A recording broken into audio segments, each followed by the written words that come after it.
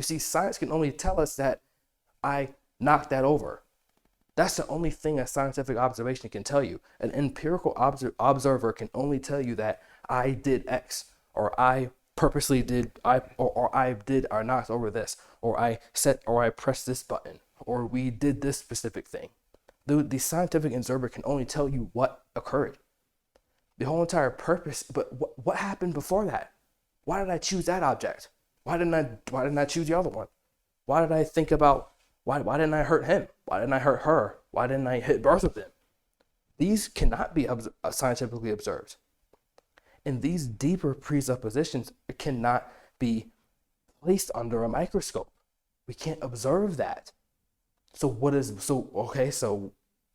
now we have a problem. We don't know why we're doing stuff. We can only just know what we're doing. If we don't know why, we don't know the deeper meanings behind what we're doing, then we're screwed. We're literally screwed by definition.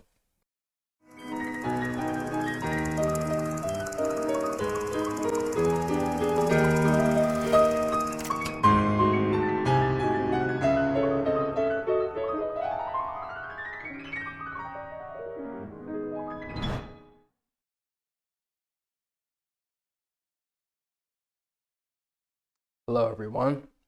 Welcome back to Well-Rounded Fool, Exploration of Atrocity. This is going to be episode 6, and this is going to be the conclusion of this 3-part series of Postmodernism, Nietzsche, and the Death of God. And I really enjoyed doing this 3-part series. Sorry I haven't been uploading as much as I should have been. I've just been pretty busy with other things. But this is going to be the conclusion of the 3-part series.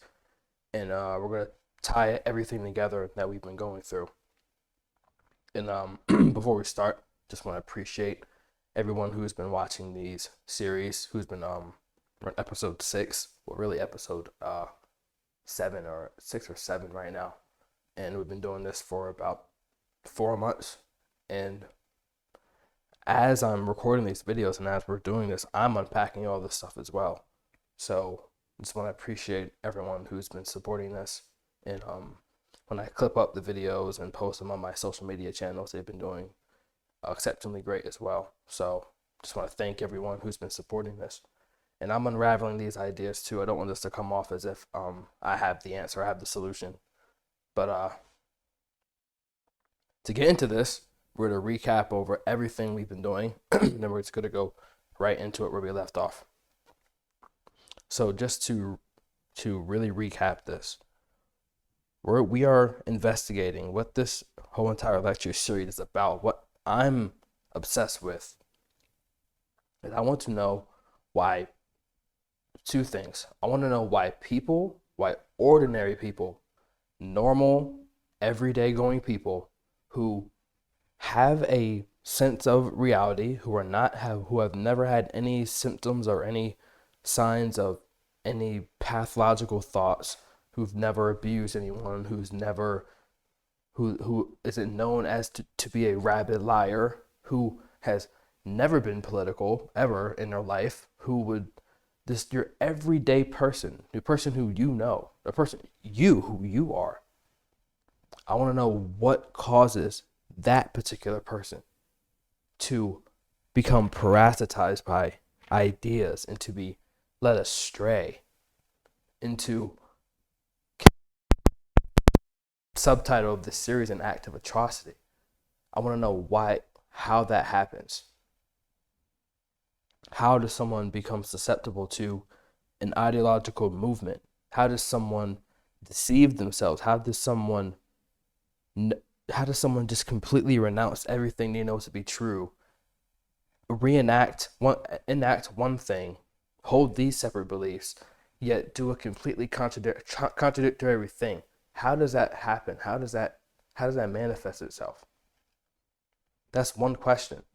And someone might say, well, that's just the human condition, where everyone's bound to deception, everyone's bound to, fall short of the grace of God.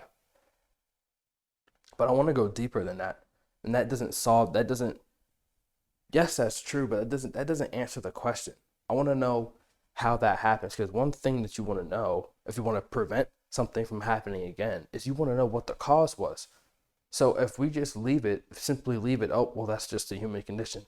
That's just the human nature. If you leave the answer vague and ambiguous, well, how in the hell are we going to stop that from happening again?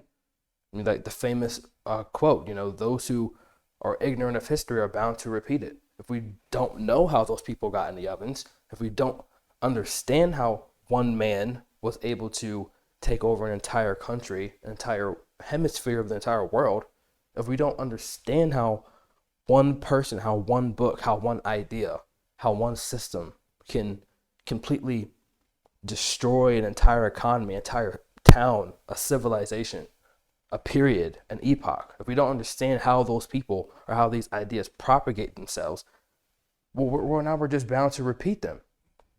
We're bound to do the same exact thing. And I would even add a step further, not to get conspiratorial here, but I would add that some people do not want to explain how these ideas or how these movements propagate themselves, because, well, perhaps you're the bastard who's trying to conjure up the next one. Like in my school, I've heard many stories about this. They don't teach us anything about communism. We didn't learn anything about Cambodia. We didn't learn anything about the Khmer Rouge. We didn't learn anything about Soviet Russia. We didn't learn anything about Nazi Germany besides the last 2 years of the whole entire Second World War. We didn't learn anything about Stalin. We didn't learn anything about Lenin. They didn't teach us anything about Marx. They didn't teach us anything about Engels. We didn't learn anything about anything. Like that, my school, maybe it's just my school, and my school was actually a particularly good school in our county, in our state. One of the top schools in the state did not teach us about communism at all. And I don't understand that. I don't understand how a top school in a state, in a country, cannot teach you about the atrocities of the 20th century. I don't understand how we did not learn about that. I had to do my own research and learn about that. And I'm not even sure if the AP history classes were doing this. I'm not sure if the AP world history classes were doing this. I'm not too sure what those classes were doing. But they did not go into depth, into detail about the particular phenomena that occurred and how these ideas propagated themselves. And as academia and as the whole entire school system itself is becoming more radical, more to the left, these teachers, these social teachers, these social scientists, these people are sympathetic towards these ideas. It's not a mere coincidence that the main people who are sympathetic towards these ideas are not teaching students about them. That's not a mere coincidence. So that was something I never understood. How come I had to look that up by myself? How come I had to look up that almost 2 million people in some country in East Asia died from an idea? How come I had to look that up myself? Why wasn't that taught to me? Why wasn't that the main thing? No, they wanted to teach me about, the Pythagorean theorem. I could have gone out to the life knowing the Pythagorean theorem but not understanding that to each according to his ability, to each according to his need. Which one is more important? Which idea had a bigger effect? Now you could say, algebra, math and all that stuff. Yeah, I understand that. But my point here is that I feel as if it's a disgrace what the education system are doing to kids. It's a disgrace what they're doing even to college kids. They're not teaching us this stuff. So it's leaving questions unanswered. I want to know, why can't we teach us about this stuff? Teach us about how ideas, teach us about logic, teach us about reason, teach us Plato, teach us Aristotle, teach us Socrates, teach us this stuff. They didn't teach us anything in high school. Nothing. All we got was To Kill a Mockingbird, The Giver, and the distance formula. And they said, you know what, kid? Go kill him. That was it. So, if you leave the questions unanswered, we are bound to repeat them. Like, it almost seems intentional.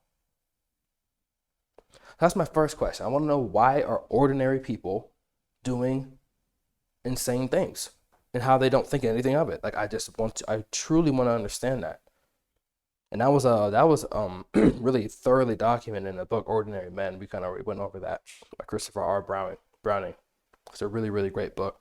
And the crazy thing I cannot get over my head is that the main people who were chosen to be in that police battalion 101, Christopher R. Browning had special access to the filings, to the people, their profiles, and he kept the names anonymous for security reasons in the book.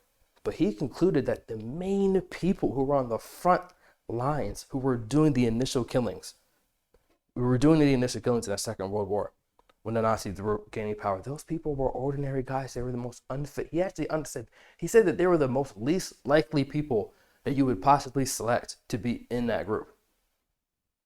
So if you look at the makeup of a psychopath, it would be someone who is extremely low on conscientiousness, doesn't want to work for anything, narcissistic, low in negative emotion, and is Machiavellian and borderline sadomasochist.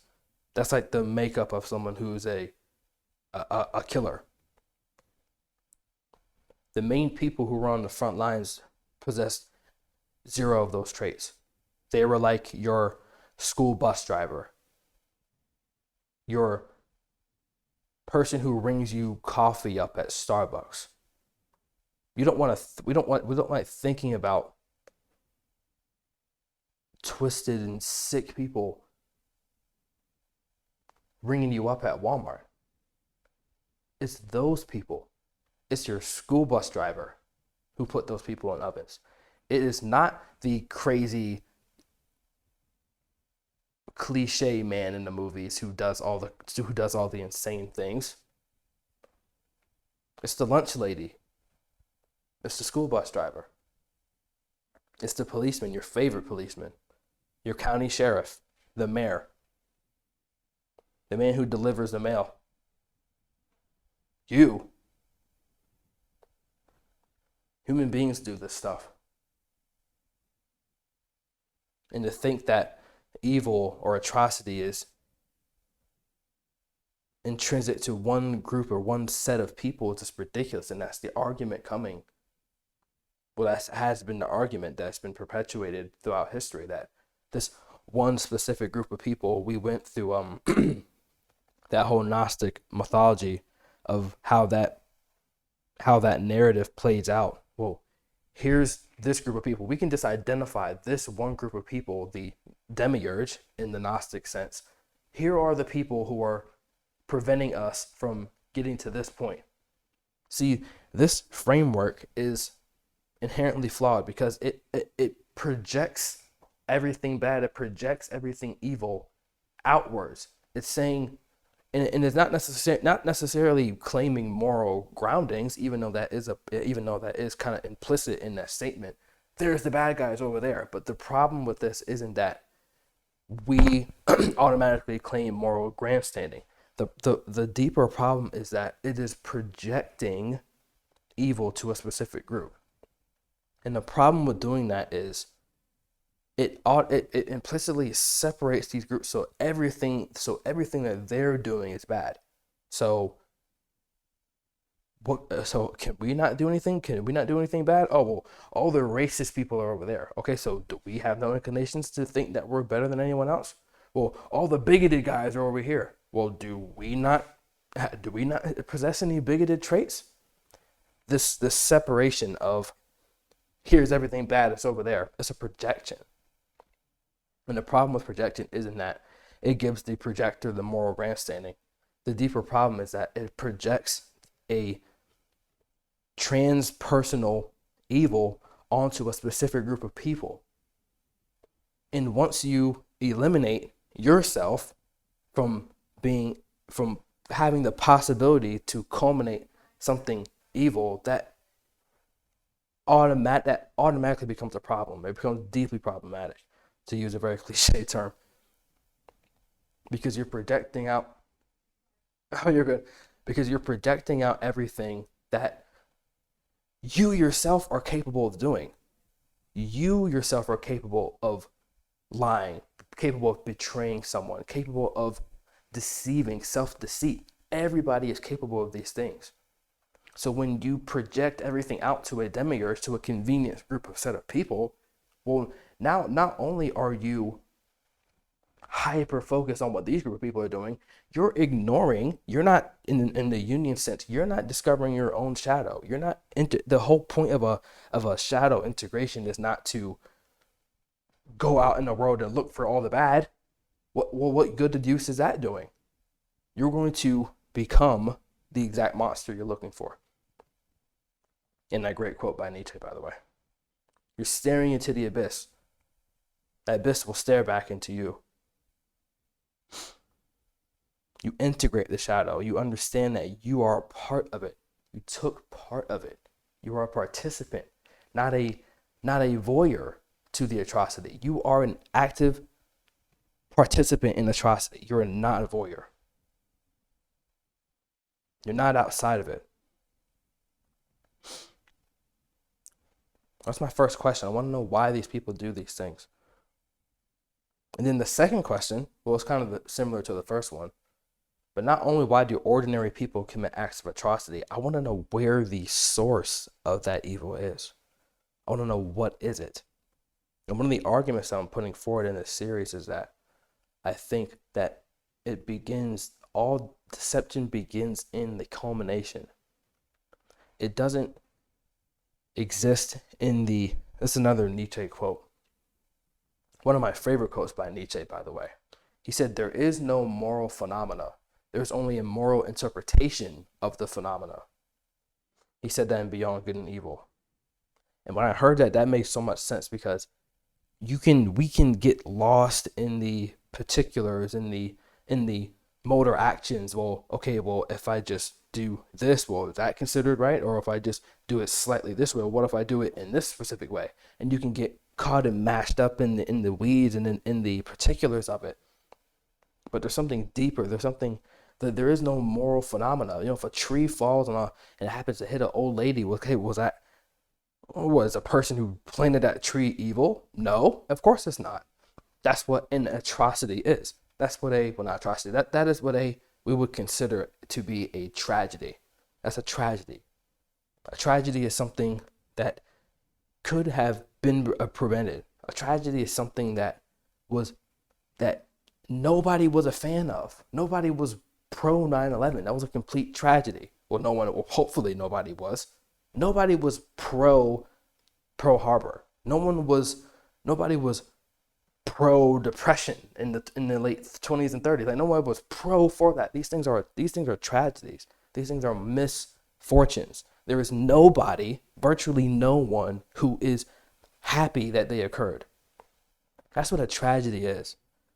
And sometimes these tragedies are self-made. Most of the most of the poverty going on the road is 100% political. It's not due to a lack of resources. Now, mainly in a country like Venezuela and many of those places, it's 100% political.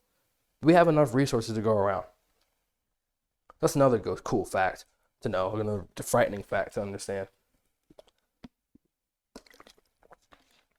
There's plenty of sources to go around.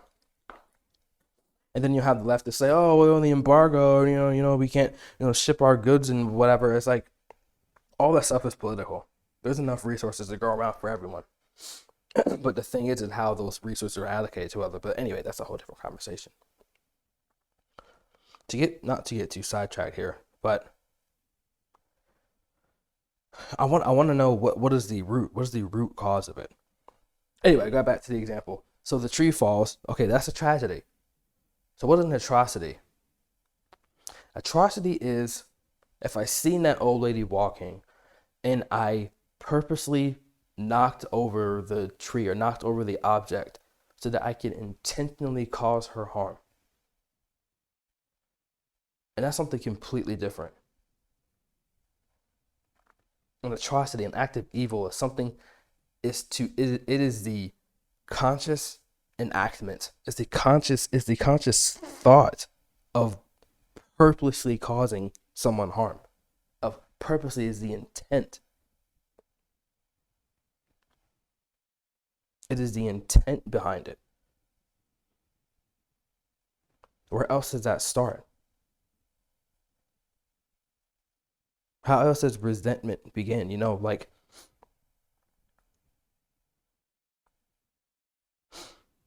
you just don't wake up one day and just, punch somebody in the face. You just don't wake up one day and just kill your parents for no reason. Those kids don't just wake up one day and just go shoot up a whole entire school. That's not how it happens. It couldn't be further from to think that this is about guns, to think that that's about access to firearms, it's just ridiculous. It's almost an embarrassment to the Western school system, to the Western governments, the Western hemisphere itself, to think that one of the leading causes of atrocities should be a political argument. It's ridiculous. It's embarrassing. Eric Harris, one of the Columbine killers, you should read some of those letters he wrote. Happen to have a copy of the letter, but I'm hesitant to read it because it's just so disturbing. I wonder if I could get a copy of it.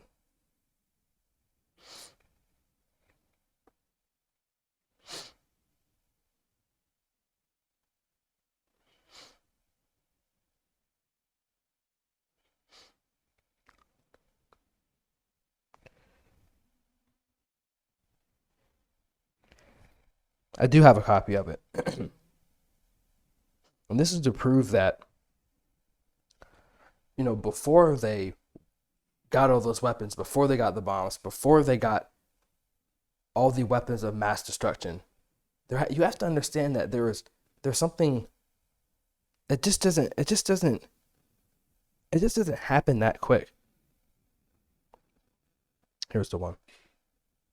There's a deep and twisted and long and mundane and just sick process that has to occur before the evil action takes place.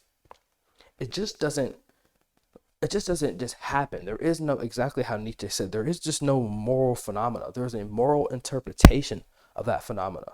And resentment and anger, these things, even on neurological levels, don't just erupt out of nowhere unless you're obviously sick. There has to be a deep level of resentment. There has to be a deep spirit of hate and jealousy and envy. And these traits have to brew. They first have to enter your perception, then they have to plague your perception first, so that all you can process, all you can think of is that thing.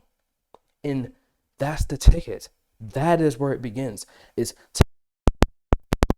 justifying in the system of rationalizing and justifying the evil acts itself. That is what is bad. As a man thinketh in his heart, so is he. As he is thinking, as he is brooding on these thoughts. Oh my God, oh my brother, he's just so.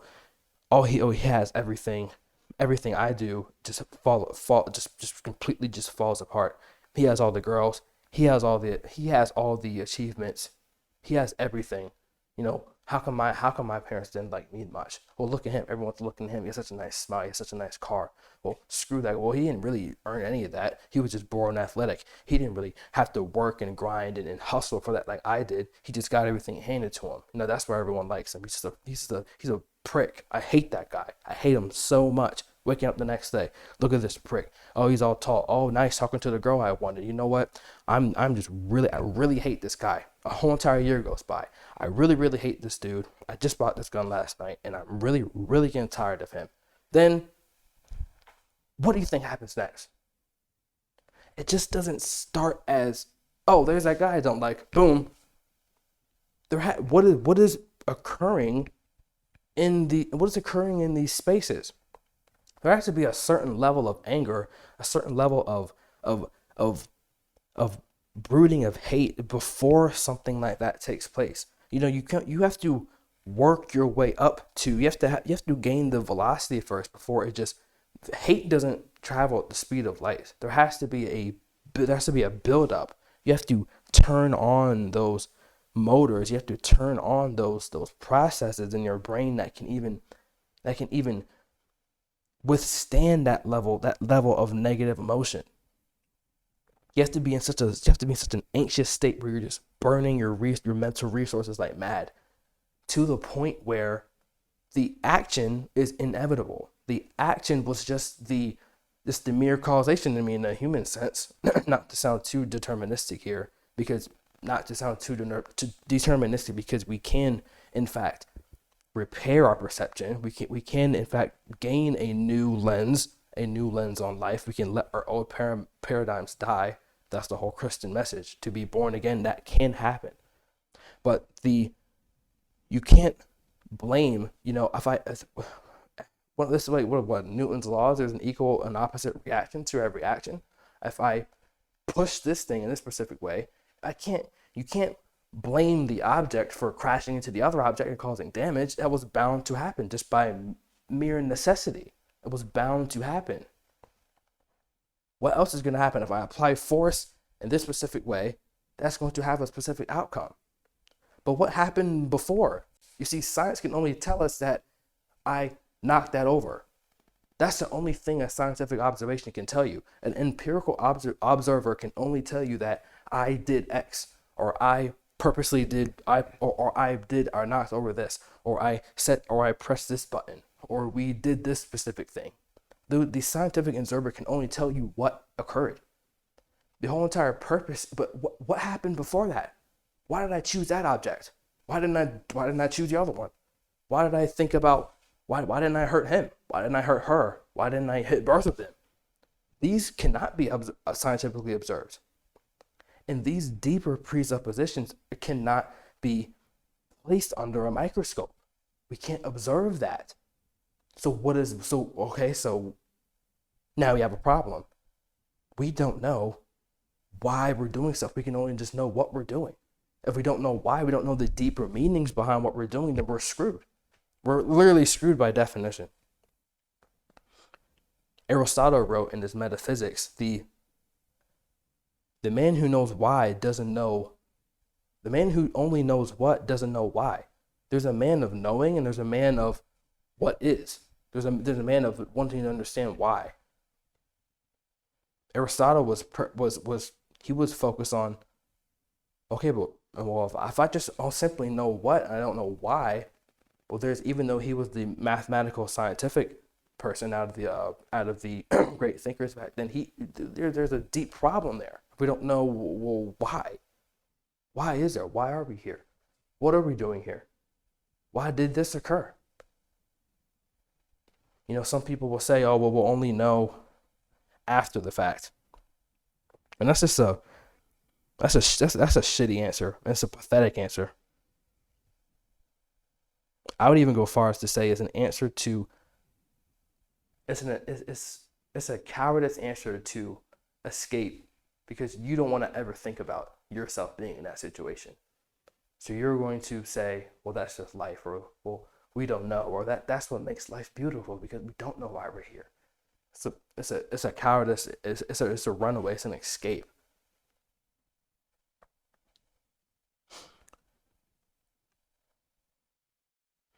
But these evil actions don't take place without some sort of force, without a long and treacherous buildup.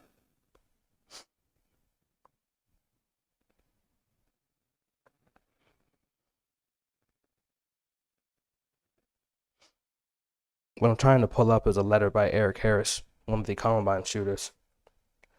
And this is out of hundreds that they wrote before they committed the act of atrocity. So keep that in mind. This happened before.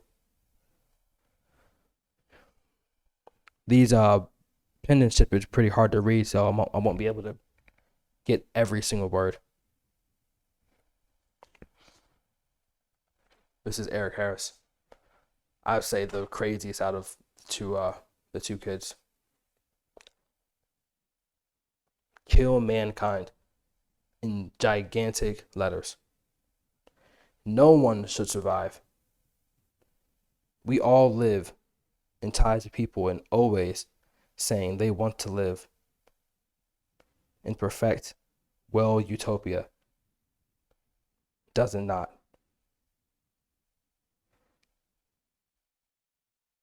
Fuck it. When should I have to explain myself to you survivors? Should I have to explain myself to you survivors when half of this shit you say won't understand? And if you can, then whoop-de-fucking-do. You know, that may sound funny on its surface, but it's deeply, deeply disturbing.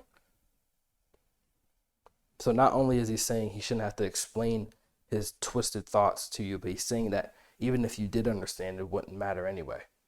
So you can just sense that to be in this state, to write it down, to write something down, period, means that you do not, it is impossible to write something down without valuing it. So keep that in mind. That's why there is no true nihilist, because you were writing this stuff down. There's a meaning there. You don't write something down if you don't value it. So he's saying, even if you did understand me. So he's losing faith not just in humanity. He's losing faith in the spirit of humanity, of understanding each other, of ever even coming to a common ground. He doesn't even want that. He's saying, even if you did understand me, then whoop-de-fucking-do. So he's saying it doesn't even matter. So you see the rationalization here. He's not saying, listen to the word choices, to the structure of it. He's saying, well, it doesn't even matter. It doesn't matter. What I'm doing does not matter. So I might as well do X. That is the equation here. It's not, I have to do this or else this will happen. It's, this doesn't happen. This is trivial. I might as well do this. So let's go do it anyway. That is the equation. Alexander Solzhenitsyn had a really great quote. He said, man doesn't commit evil unless he, what is it?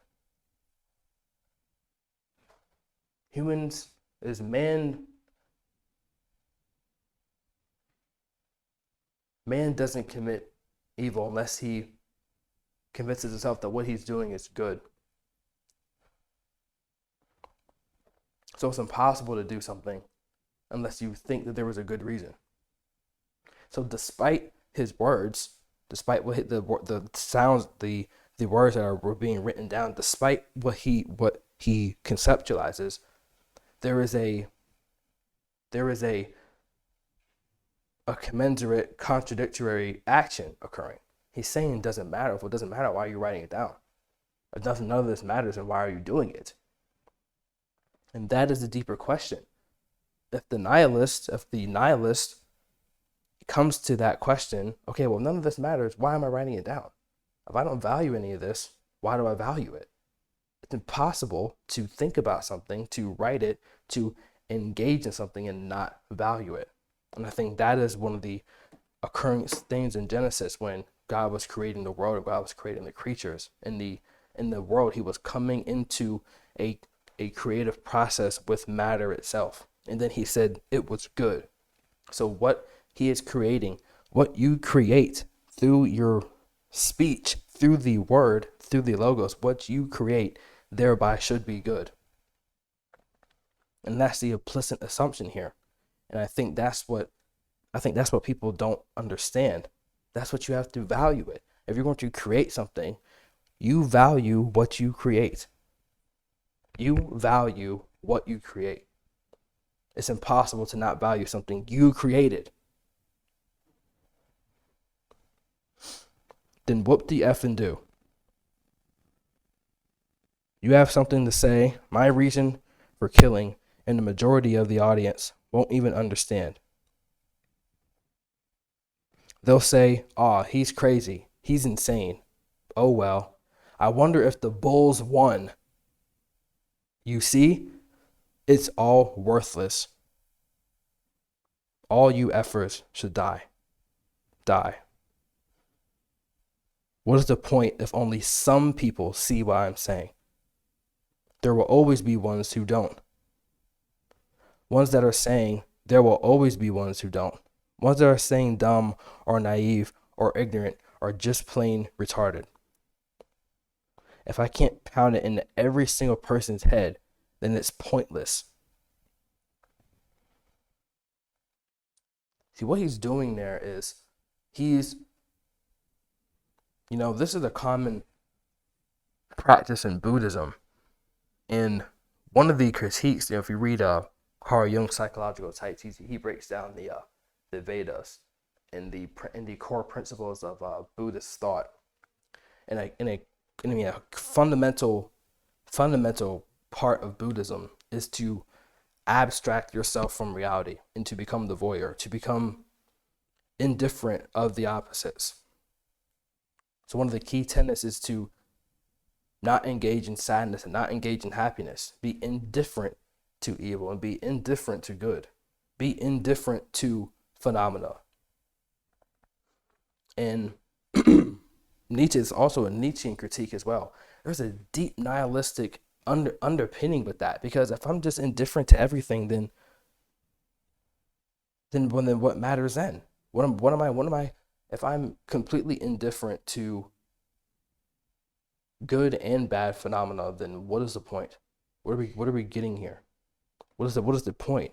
And one of the purposes is to be in that space. I forgot what the word is called in a moment. But it's to be in that middle space of Zen, I guess you would say. To be indifferent towards the opposing phenomena in the world. And only a fool would over-engage in the bad, and only a fool would lose himself in the good impulses of man. So when Eric Harris is saying, I wonder if the Bulls won, so we were just going to think about this now, and then a couple seconds, it's not even going to matter. And then he said, what is the point if only some people will understand what I'm saying? If I can't pound it into every single person's head, then it's pointless. So we address how these, coming from this nihilistic point of view, well, it doesn't matter, nothing really matters, and only some will understand anyway. And how he's attacking it from this kind of radical Buddhist sort of way. But there's also a problem here. And he is abstracting, he's using an improper framework, an improper time frame, actually. And this was, I forget who the person was, but this is actually a philosophical point. It's called the view from nowhere. So we can, and this is also a psychological behavioral term as well. So so there's two types of construals. There are high level construals. So there are high quality construals. Imagine a high level construal would be, well, we did a good job. A high level construal in a behavioral sense would be, okay, well, don't break a leg. That's this kind of abstracted moral assumptions there. We did a good job today. I want you to do your best, be a good person. These are high level construals because they are abstracted away from the object. Now the low level construals would be, place this bottle over here. A low level construal would be, pick up your sister at 3 p.m. That's a low level construal. And the purpose of these two construals is to understand, if we're in a dialogue or when we're in marketing or whatever, is to understand, okay, so which construal should we use to most effectively get this message across? So if I'm trying to get someone to do something extremely specific, I don't want to use a high level construal, because I'm going to lose the effectiveness in my message. So if I want someone to If I want someone to rub my back a specific way, I'm not going to tell him do a better job. If I want one of my athletes on the court to, make sure you set a screen, and then once you set that screen, I want you to run to the baseline and then step back and then shoot a three. I'm not going to say, Charles, be a better basketball player. That's not helping him. That's not going to help him in that specific situation. A high level construal should not be applied to a low phenomena, to a low construal phenomena.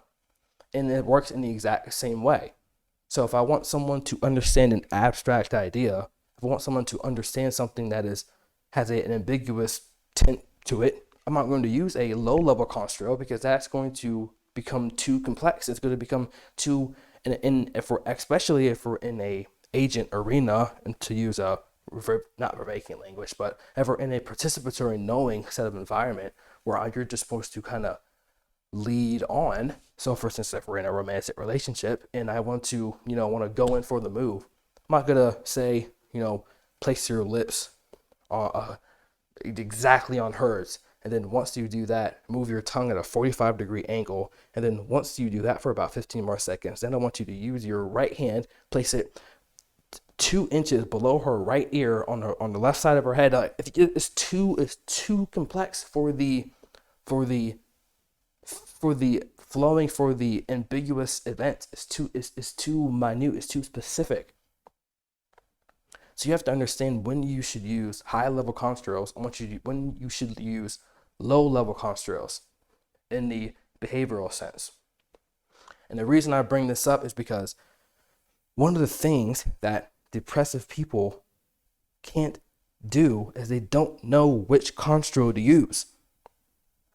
So if I'm going to wake up in life and say, well, no one's going to remember me, none of this is going to matter in 200 years. So, number one, there is a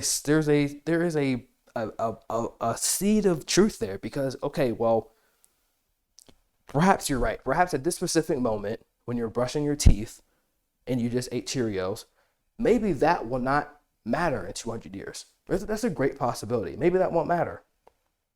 But here's the thing. Nobody right now is going to be alive 200 years from now.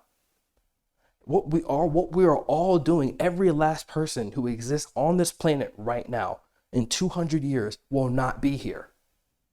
So that is not a proposition that is intrinsic to you. You're using the wrong construal for the specific phenomena. You're using the wrong time frame. Why are you going to? So the question becomes, which time frame, which construal should I use that will facilitate and will that perhaps ameliorate some of my suffering? If you're suffering so bad, which construal are you going to use? Which time frame, which lens are you going to look through that will help alleviate some of that? Am I going to stretch it out and say, well, 200 years, all this is going to matter to Miles and I have been tried, and everything sucks, and everybody sucks, and everyone's ugly, and never going to accomplish anything, and I might as well just not be here. Well, damn. What kind of lens is that? Is that going to help you develop a better relationship with one of your brothers? Is that going to help you get a better job?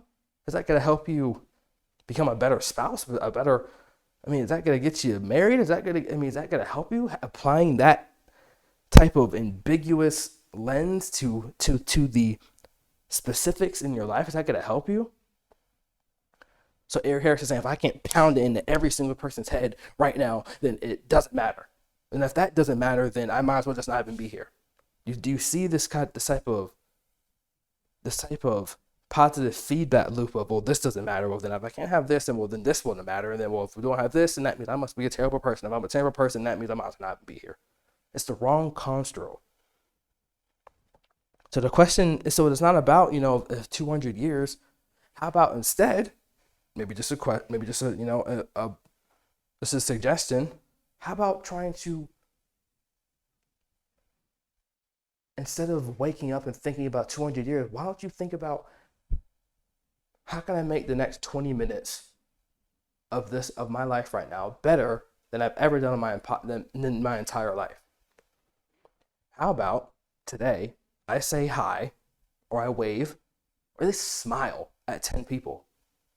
That is a low-level construal. So do you understand? You have to be, what a wise person does, and that also this comes with experience. A wise person doesn't just know facts. Being wise, being intelligent is not your acquisition of facts. It's knowing how to aggregate those facts in a way that supports being. That is what it means to be wise.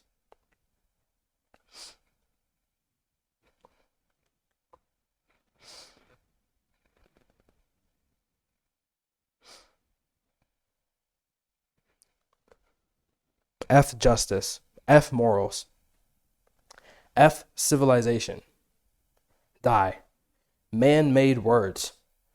People think they apply to everything when they don't/can't. There's no such thing as true good or true evil.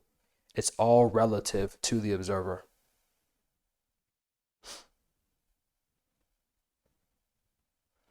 Now make you question, why, if there's no such thing as true evil, true good, it's all relative to the observer. Well, that sounds very familiar. That's a Buddhist claim.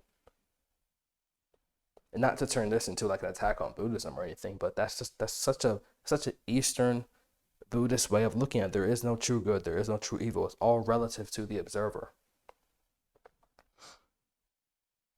So you see how he has to first eliminate the markers of good and evil so before he can commit that act of atrocity. So what he's doing is neither good nor bad. It's just an interpreted phenomena. It's all relative to the observer. So I read that for you just so you can understand what is necessary, what kind of justifications are necessary. Just playing with words, caught up in your words and not understanding the deeper questions, the deeper motivations behind the words, stepping outside of the propositional tyranny, to use Rebecca's language. That is what the well-rounded fool does.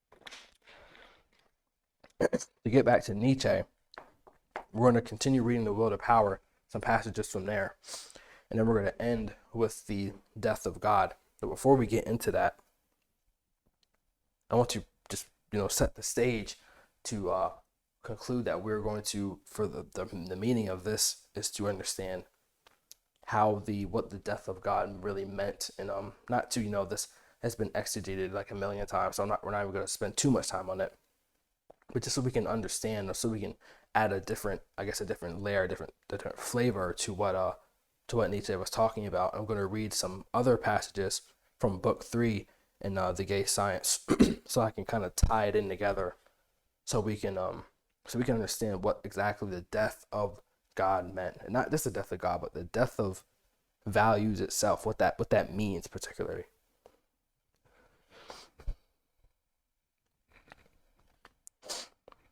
So we left off from the last quote. The proposition therefore contains no criterion of truth, but an imperative concerning that which should count as true.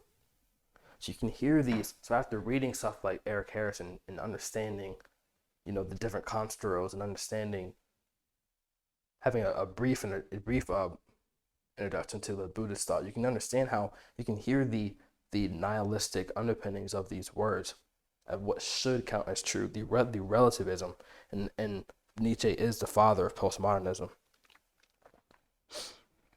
In order to think and infer, it is necessary to assume beings.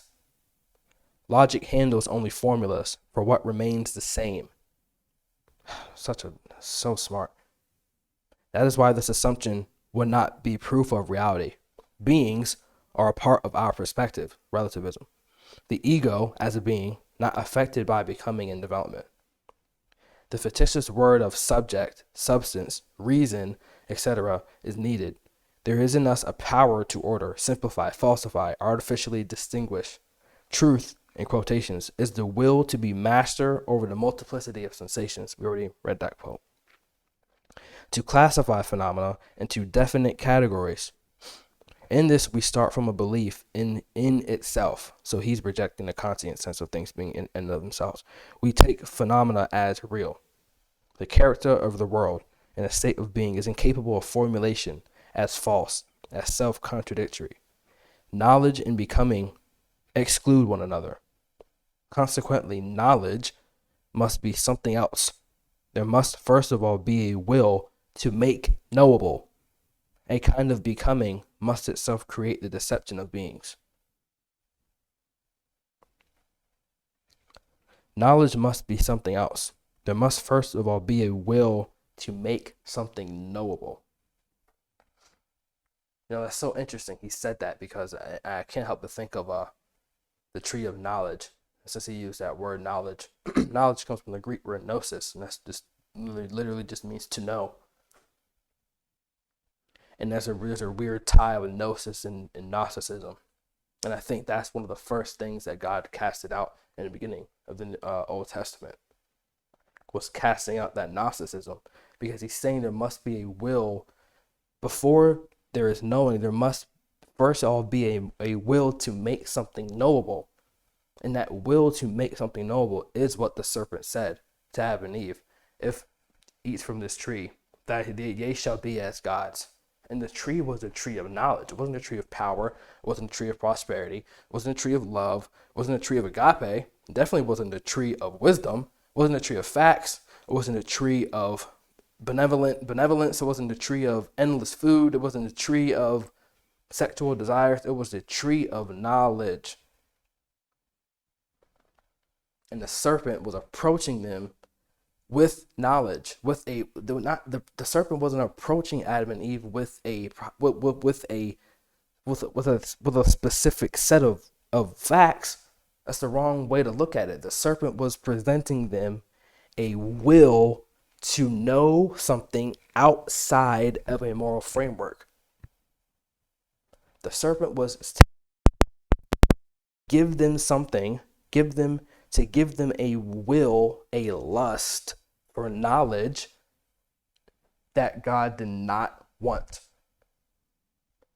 The serpent was giving them, and that's what a conspiracy theory is. That's what drives those paranoid conspiracy people. It's not the facts that is what hooking them. It's not the phenomena that hooks a conspiratorial thinker, that hooks someone who's devious. What those people are after, they're after that constant, endless lust, that endless waterfall of breaking down facts and uncovering and coming into that Gnostic mythology, that Gnostic gnosis, that everlasting thing of knowledge. That's another great scripture, Timothy 2:3. Always knowing, but never coming to the knowledge of truth. Always seeking knowledge, but never coming to the realization of truth. You're just knowing. You're just acquiring facts, to the point where you're, like C.S. Lewis said, you're just juggling multiple conflicting philosophies in your head until to the point where you know nothing. To the point where you absolutely, literally know nothing.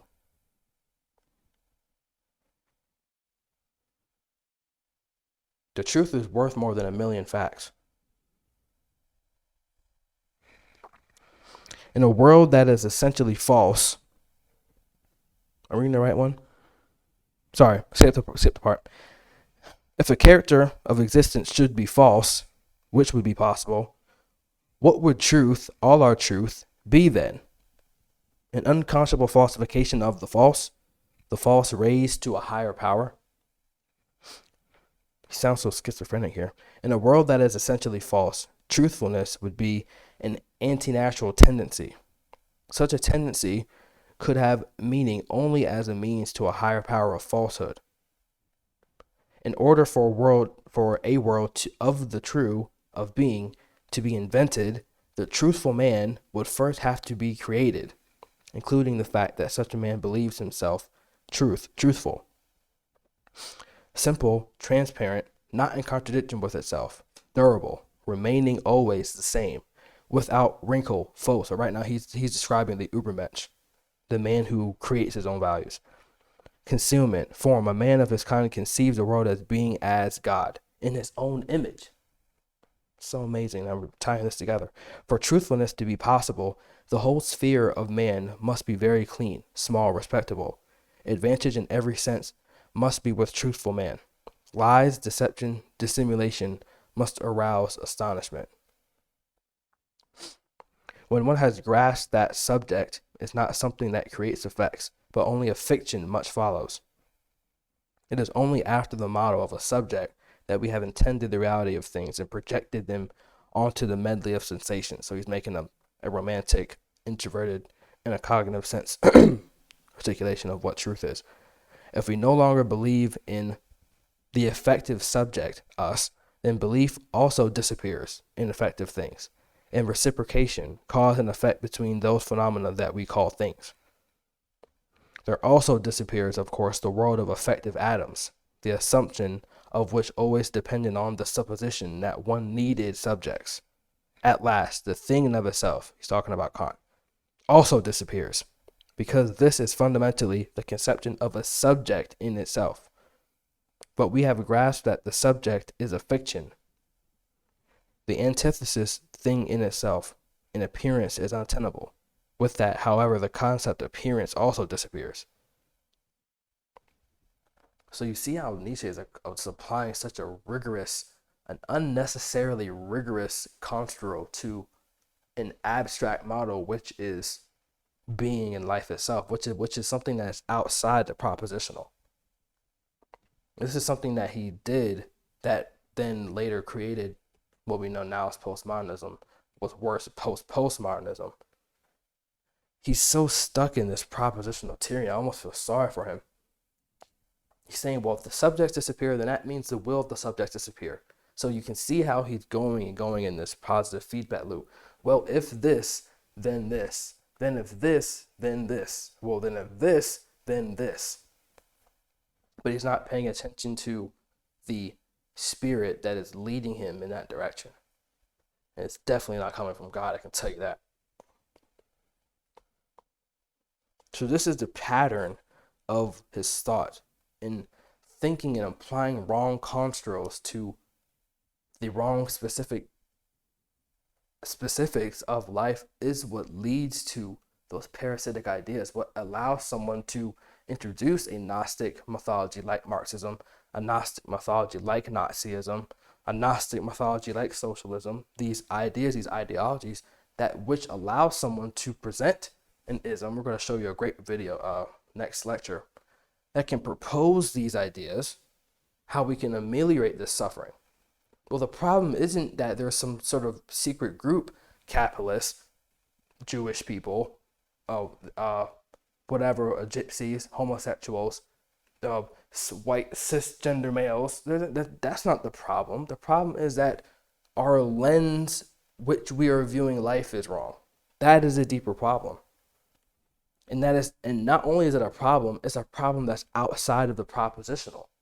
It's something that you have to spiritually step back from and inspect and get and let that old lens of which you're viewing life itself die. And that can't happen on a piece of paper.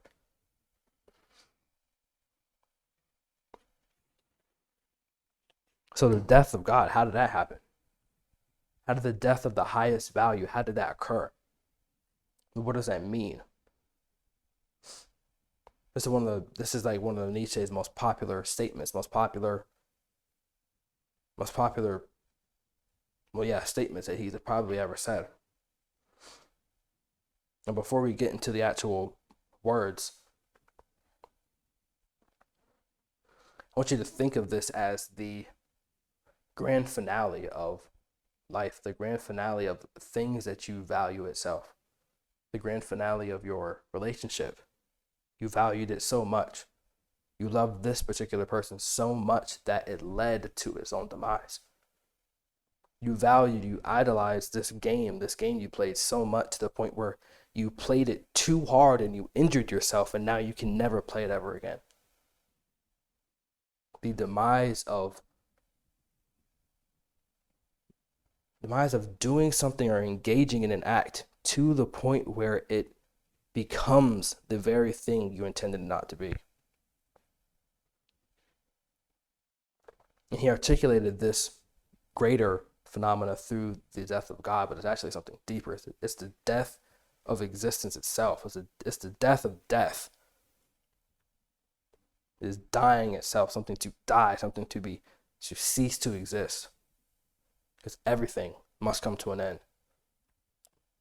And that's the opposite of what God is. To be an omniscient, omnipotent, omnipresent thing is to be outside of that which has span, that which has a beginning and an end. There is no beginning, there is no end. So he's not being literal there. He's describing what the inevitable outcome of valuing something, to where the mistake almost becomes valuing something itself. He was very influenced by Buddhist culture. So the problem isn't that God died. The value is that we valued him in the first place. We shouldn't have. That is what becomes the deeper problems.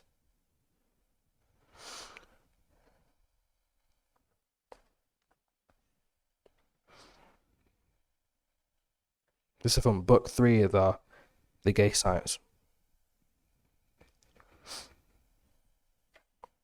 I'm going to read you a passage of Christ's errors first before we get into the madman in the market. The chosen people, the Jews, who feel that they are the chosen people among all nations because they are the moral genius among the nations, because they had a more profound contempt for the human being in themselves than any other people. The Jews' enjoyment of the divine monarch and saint is similar to that which the French nobility derived from Louis. I think that's the 15th. This nobility has surrendered all of its power and sovereignty and had become contemptible.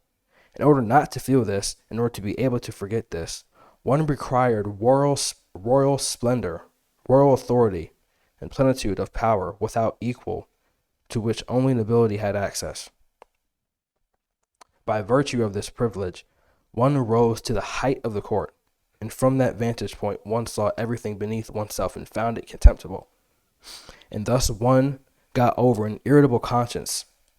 Thus the tower of royal power was built ever higher into the clouds, and one did not hold back even the last remaining stones of one's own power. So interesting to hear someone talk, and they'll tell you the lens in which they view everything. It's all about power. Speaking in a parable, so we're talking about Christ's mistakes. A Jesus Christ was possible only in a Jewish landscape. I mean, one over which the gloomy and sublime thunder cloud of wrathful Jehovah was brooding continually. Only here was the rare and sudden piercing of the gruesome and perpetual general day and night by a single ray of the sun experienced, as if it were a miracle of love, in the ray of unmerited grace. Only here could Jesus dream of his rainbow, his ladder to heaven on which God descended to man. Everywhere else, good weather and sunshine were considered rule in everyday occurrences. Christ's error. The founder of Christianity thought that there was nothing of which men suffered more than their sins. That was his error. The error of one who felt that he was without sin and who lacked first-hand experience.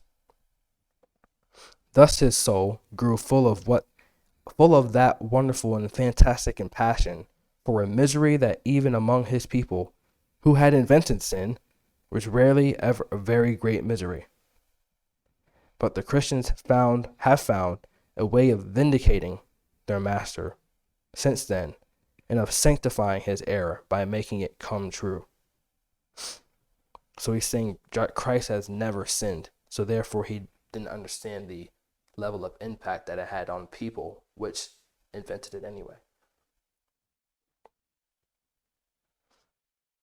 So he's coming back into that propositional tyranny of what sin is. Sin isn't a Sin is not propositions. Sin is what occurs before that action. It's what you think, it's what you do against your conscience. And we all know that's false because Jesus was a man and he fought that consciousness just like anyone else had. And he wasn't proposing a mere proposition, don't do X. He was saying walk in this specific way so that doing X no longer becomes a temptation.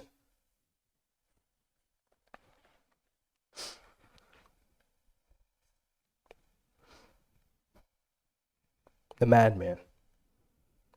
Have you not heard of that madman who hid a lantern in the bright morning hours, ran to the marketplace and cried incessantly, I seek God, I seek God. As many of those who did not believe in God were standing around just then, he provoked much laughter. Has he got lost? Asked one.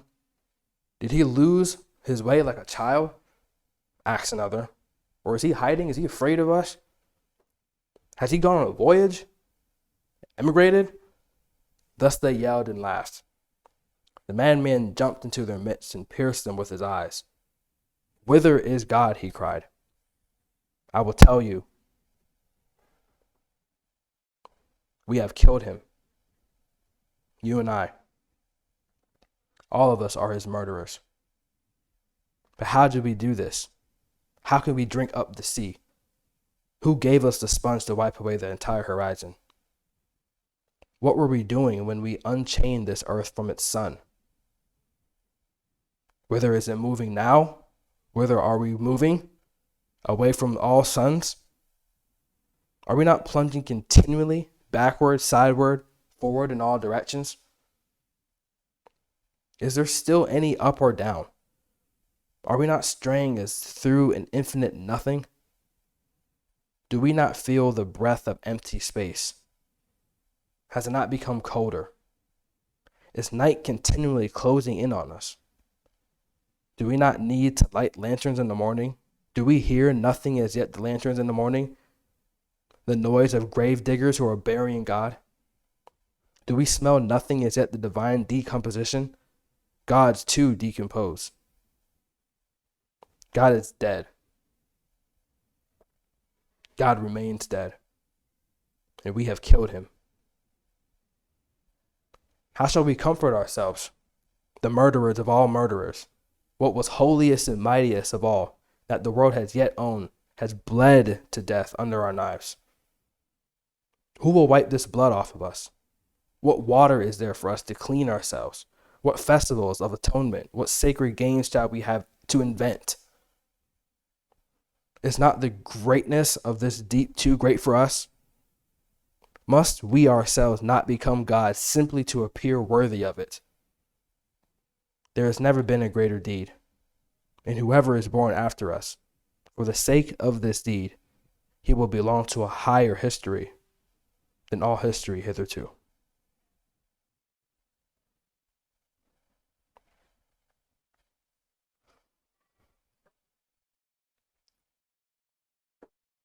That wraps up this 3-part series for Nietzsche, Postmodernism, and the Death of God. For our next episodes, we're going to get into how these ideas bled into ideologies like Marxism and Nazism and things that we just covered, and what the root of an ideology is. We're going to get into some philosophical and cognitive work, and we're going to explain how these ideas plagued the next couple of centuries and how they're still plaguing today. So thank you for watching, and thank you for your time. See you next time.